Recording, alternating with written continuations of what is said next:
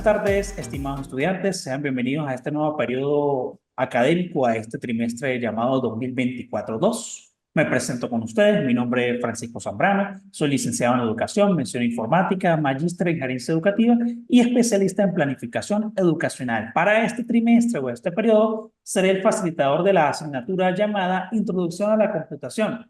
Pues esta asignatura, como su mismo nombre lo dice, vamos a introducirnos o vamos a conocer el computador desde sus, prácticamente, voy a decirlo, desde sus cimientos, desde su parte más interna, que son sus partes, su arquitectura, su sistema operativo, sus programas de aplicación, e incluyendo, llegando hasta el punto de vista, pues prácticamente de los sistemas de información, incluyendo lo que son las tecnologías de la comunicación e información en la actualidad, todo lo que tiene que ver con la relación a la computación, una ciencia perteneciente a la rama de la informática, pues que se encarga prácticamente de la computación, que se va a encargar de todo lo relacionado al diseño, arquitectura del computador e inclusive todo lo que tiene que ver con sus programas y aplicaciones.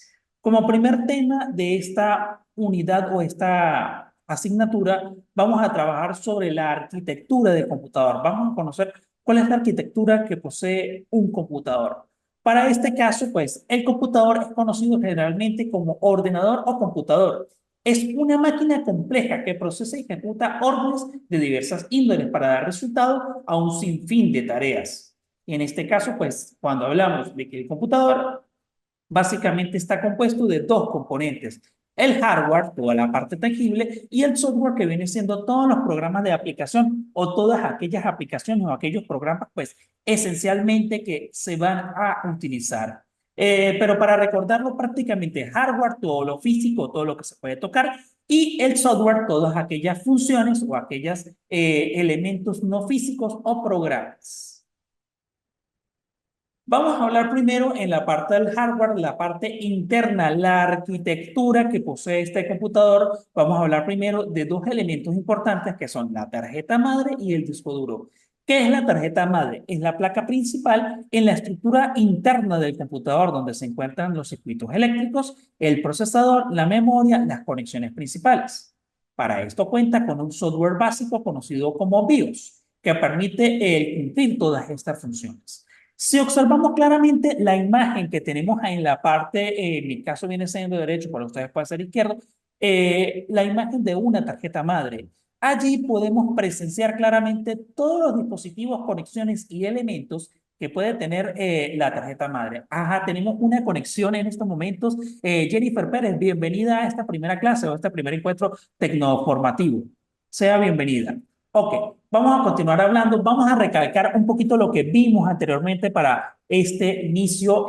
Hablábamos que el computador, pues esta ciencia de la computación, me presento nuevamente, Jennifer, mi nombre es Francisco Zambrano, soy el facilitador, licenciado en Educación y Informática, magíster en gerencia educativa y especialista en planificación educacional.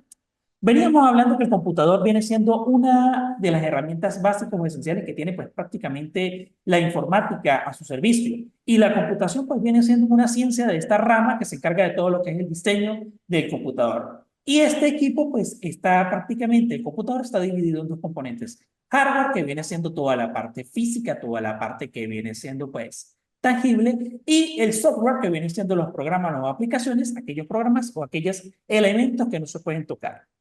Hablando de la tarjeta madre, que es aquel dispositivo interno que tiene una serie de circuitos, elementos, procesadores y memorias, ella tiene un software básico llamado BIOS.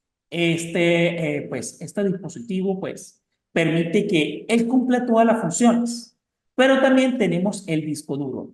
El disco duro viene siendo un almacenamiento de datos que cumple un sistema de grabación magnética para almacenar y recuperar archivos digitales. Se compone de uno o más platos de discos rígidos, cubiertos por un material magnético unidos por un mismo eje, que gira a gran velocidad dentro de una caja metálica sellada. Como podemos observar en esta imagen que tenemos acá, viene siendo como una especie de caja cuadrada o rectangular que tiene allí, puede ser de uno a varios discos. Estos discos pueden estar uno sobre el otro, pero esencialmente, estimados estudiantes, vienen siendo discos que, pues, prácticamente están recubiertos por un material magnético especializado que permite el guardado de la información. E incluso el disco duro, si ustedes pueden observar aquí, como vamos a ver en esta siguiente diapositiva, observemos, primero que todo, examinemos la tarjeta madre, disculpen acá, toda la parte que está integrada a la tarjeta madre, vamos a tener aquí pues lo que es,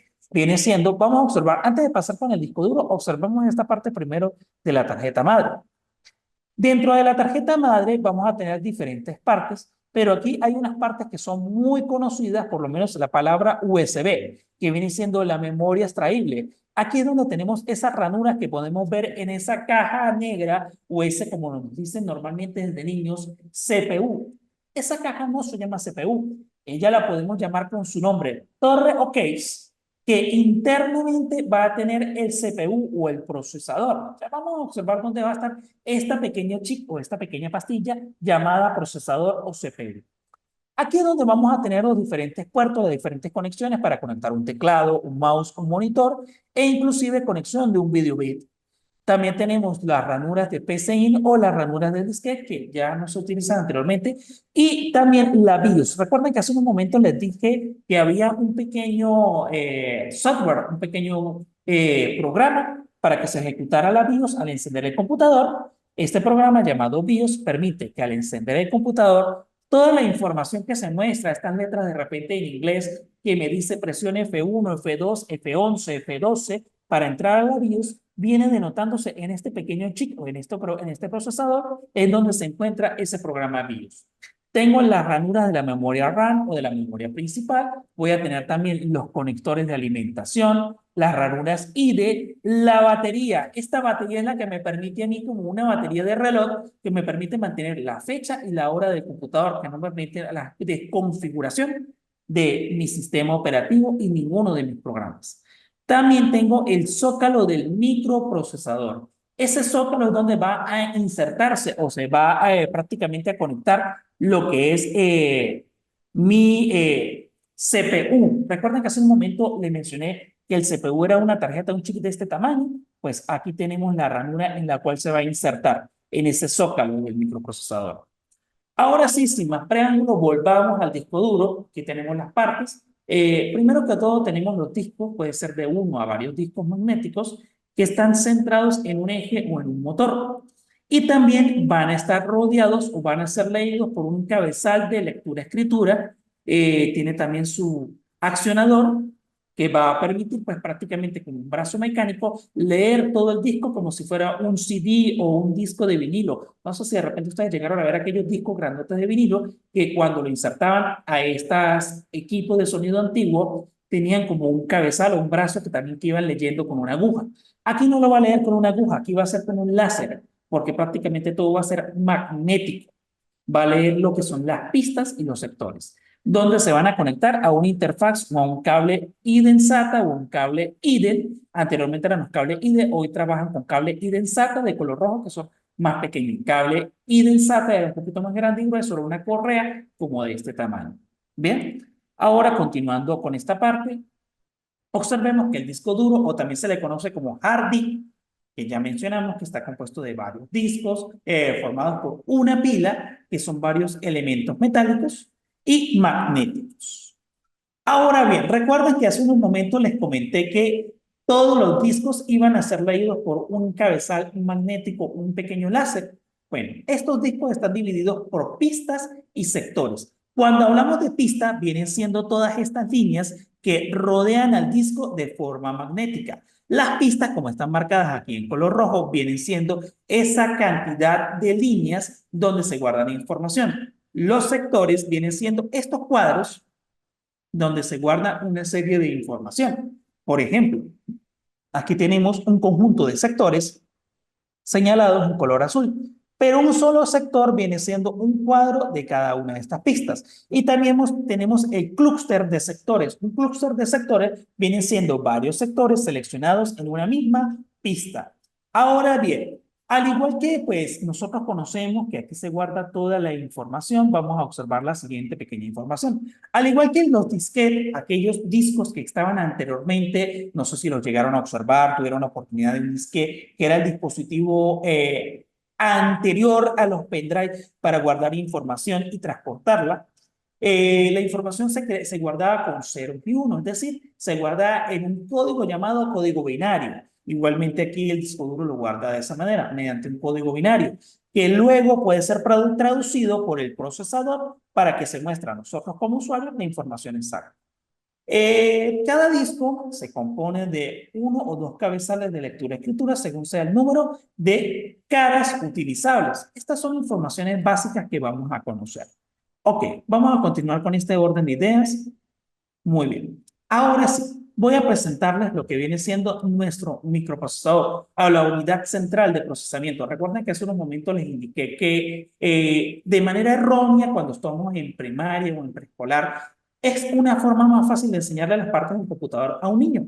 Sí, pero los docentes de informática, a pesar de que están enseñando, también están cometiendo un pequeño error y me incluyo en esa parte porque yo he trabajado en estas instancias de primaria y de preescolar. Y cuando yo trabajo preescolar, hay veces les digo a los niños, teclado, mouse, monitor y esta cajita que está aquí se llama CPU. Y a veces, pues, los niños, ese es el CPU. Y en este botoncito se enciende el CPU.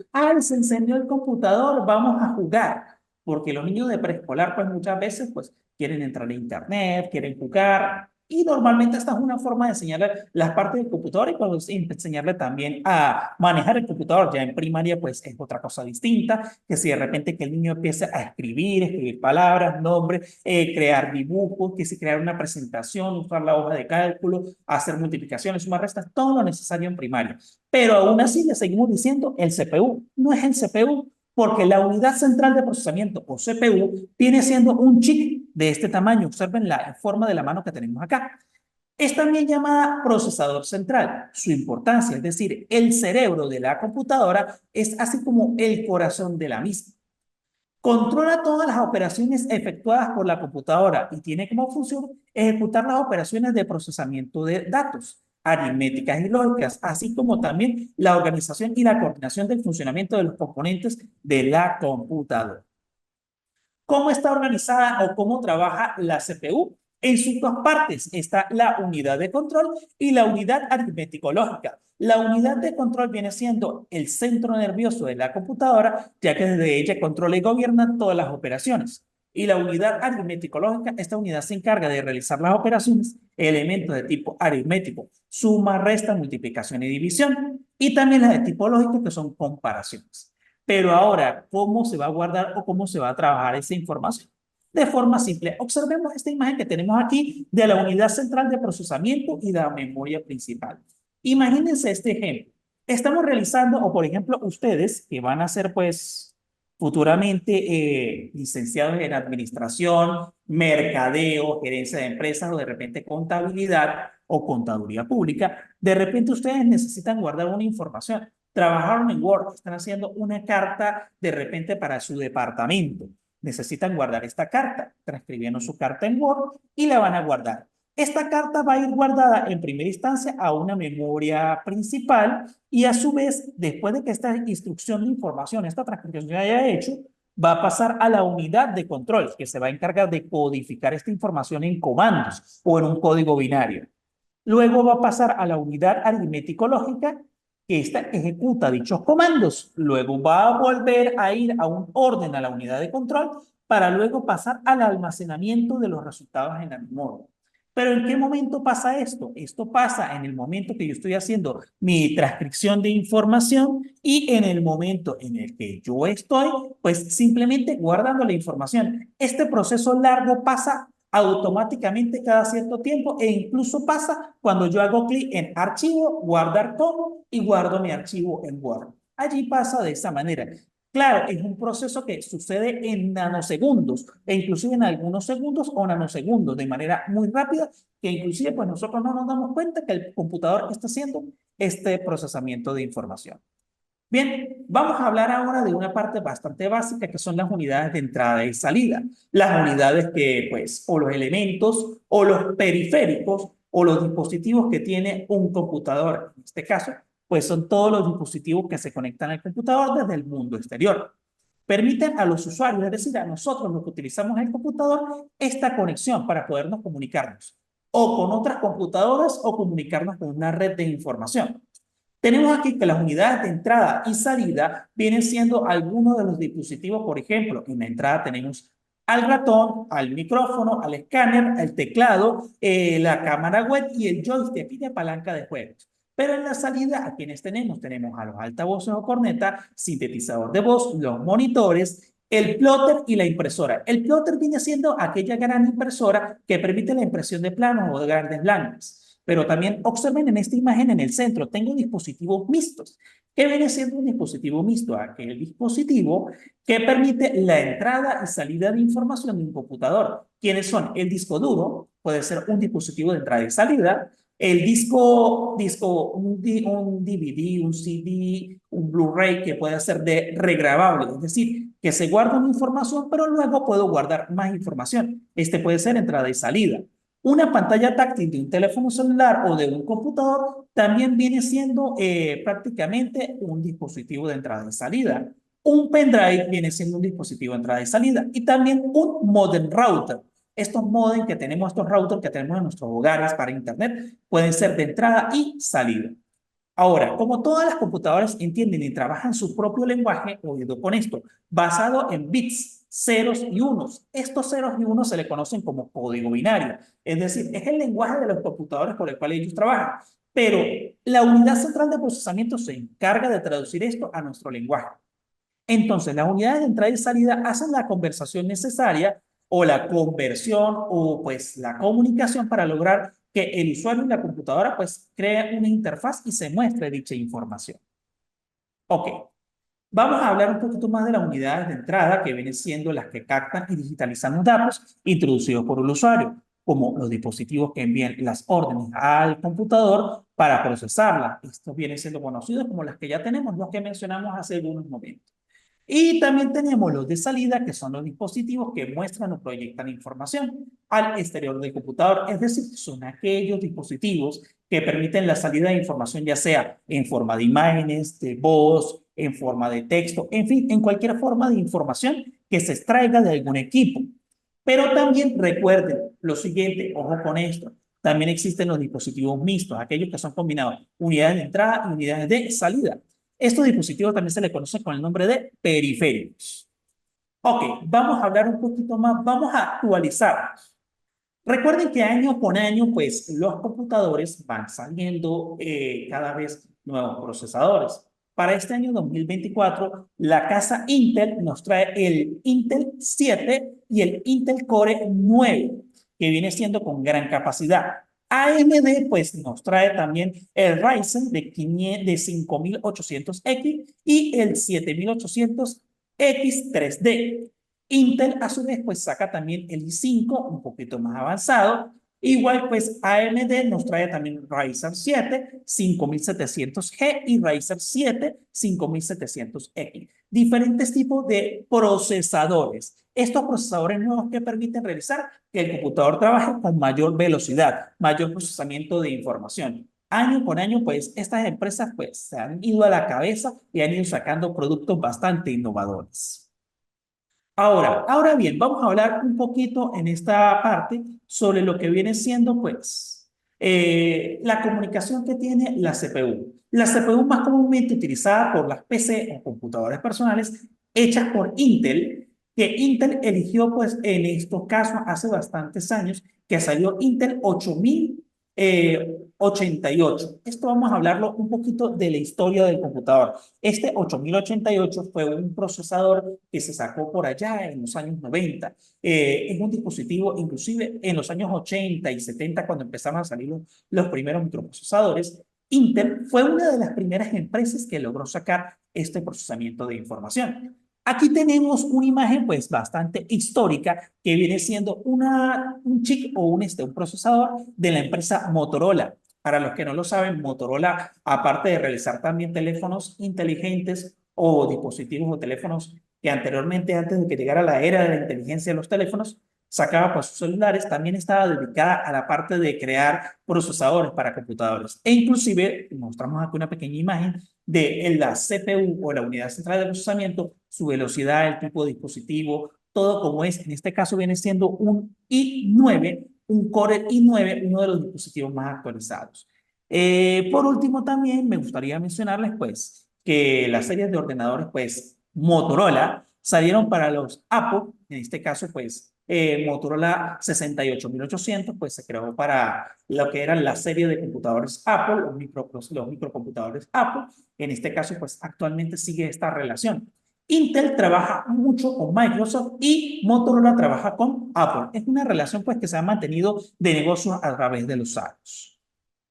La unidad de memoria principal. La memoria principal está formada por posiciones de almacenamiento direccionales, celdas elementales de memoria, donde se pueden almacenar un byte que representa una letra, un número o un carácter y o un control de control. Es decir, cuando nosotros escribimos información, la información se va a basar en elementos, digámoslo, se va a medir por unidades de almacenamiento. La más pequeña va a ser el byte.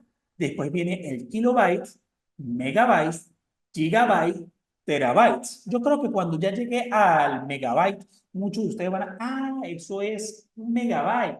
La información que yo navego, la cantidad de megas o de gigas que me vende de repente Movistar, Movilnet e incluso Digitel. Bueno, aquí vamos a hablar de la unidad más pequeña que es el bytes, que se traduce en 8 bits. Como una unidad de medida de la memoria se utiliza el término byte, que viene siendo un byte, viene siendo 8 bits. Esto viene siendo como una escalera, pero se traduce de 1024 a 1024. Es decir, cuando yo llego a 1024 bytes, estoy en posesión de un kilobyte. Pero cuando yo voy a hablar de 1024 kilobytes, estoy en presencia de un megabyte. Y cuando hablo de 1024 megabytes, estoy hablando de un gigabyte. Y ahora, la unidad más alta después del gigabyte viene siendo el terabyte. Cuando hablo de 1024 gigabytes, voy a hablar de un terabyte o un tera de información. En la actualidad, muchos de los grandes computadores actuales nuevos me están llegando prácticamente con un terabyte de información. Y pues la memoria RAM o la memoria, pues esta memoria secundaria donde se almacena la información momentáneamente, me están llegando con 512 gigas de información, inclusive con un terabyte. Pero cuando ya llegan con un terabyte, de repente me están llegando dispositivos ya mucho más allá, de repente con 25 terabytes, 56 terabytes. Eso depende del computador, depende del procesamiento y depende del microprocesador que tenga dicho equipo. El tamaño de la memoria principal se mide en la cantidad de bytes que posee y puede almacenarse generalmente y expresarse básicamente en la unidad llamada byte. Recuerden, byte viene a empezar por bytes, kilobytes, megabytes, gigabyte, terabyte y allí sigue sucesivamente. Después del terabyte sigue el exabyte y allí sucesivamente. Las unidades de memoria son como las escaleras cuando hablamos de repente de gramos, kilogramos, hectogramos. Es como en física o como en matemáticas, algo bastante sencillo y elemental. ¿Ok? Aquí, pues, es lo que les acabo de mencionar, por lo menos de un kilobyte, un megabyte, un gigabyte. Observen que aquí viene hablándose de 1024, 1024, 1024. ¿Ok? Un gigabyte pues viene equivaliendo a 1024 megabytes. Un megabyte son 1024 kilobytes y un kilobyte viene siendo pues realmente 1024 bytes. Algo que ya hablamos hace algunos momentos. ¿Cuáles son las características que puede tener la memoria principal? Está formada por posiciones de almacenamiento direccionadas al azar o de forma aleatoria. El nombre de esta memoria viene siendo RAM, acceso memoria o memoria RAM. El contenido de distintas localidades que conforman pueden ser combinadas fácilmente, por lo general es única, es volátil y su contenido se pierde al apagarse la información.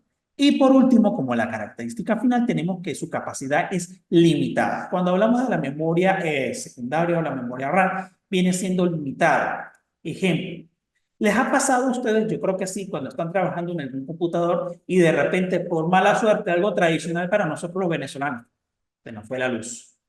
Y siempre pasamos por, cónchale, no guardé la última parte. Resulta de que la memoria RAM tiene esta facilidad que la última información que se guardó o se grabó en dicha memoria secundaria al encender el computador nos va a permitir al entrar a Word recuperar esa información. ¿Dónde se almacenó esa información? En la memoria RAM. Pero debido a los problemas que tenemos de electricidad, yo les recomiendo a ustedes que cada vez que hagan algo en Word, manden a guardar ese archivo. Estén guardando constantemente para no pasar estos sustos. Igualitico, información, por favor. Estamos en una semana de evaluación. Ojo con esto. Esta semana es de evaluación. Ya la primera actividad está disponible desde el lunes. Termina hasta este domingo a las 11:59. Por favor, encarecidamente se los pido. No esperen que llegue el día domingo a las 11:30 de la noche o 11:50 voy a subir la actividad. Porque resulta que el internet empieza a fallar, se va la luz, se cierra la actividad después de que pasan las 11:59, son las 12 del día siguiente, la actividad se cerró. Y mis estimados estudiantes, pues prácticamente perdemos esta oportunidad. Y si la perdemos, pues realmente nos iremos a una nivelación. En esta nivelación, ojo, que la nivelación es una sola actividad, pendiente con eso, ¿no? Hay que hablar de la nivelación está en este encuentro tecnoformativo, pero sí es bueno ir sabiendo a qué atenernos. Bueno, mis estimados estudiantes, vamos a dejar esta clase que es básicamente teórica hasta aquí y les anuncio lo siguiente. La primera actividad disponible viene siendo la creación de un mapa mental. Ojo con esto, un mapa mental. Esa información está dentro del aula virtual. Allí está la instrucción de que el mapa mental, cuáles son las características y cómo hacerlo. Y dentro de esa misma actividad está la hoja de trabajo con las instrucciones. Todo lo que tenemos que hacer, cómo tenemos que hacer este mapa mental y cómo lo vamos a realizar. Y la fecha hasta la cual se puede subir. Pendiente con eso. Bueno, mis estimados estudiantes, ha sido un placer. Jennifer, espero pues hayas resuelto tus dudas e inclusive para los demás que no se han logrado conectar. Si tienen alguna duda, les recuerdo, pueden comunicarse por un mensaje vía WhatsApp o vía Telegram en el horario que yo coloqué por allí en el video de presentación, pues que pues afuera de... He visto que no se ha publicado, pero ya en los siguientes días se publicará. Por allí les comunico los canales de información, el correo electrónico, número de teléfono y cualquier duda, pues estaré a la orden vía plataforma del IESIT. A medida que van llegando los mensajes, pues trataré de responderlos. Bueno, mis estimados estudiantes, que tengan una feliz tarde, que estén muy bien. Hasta luego.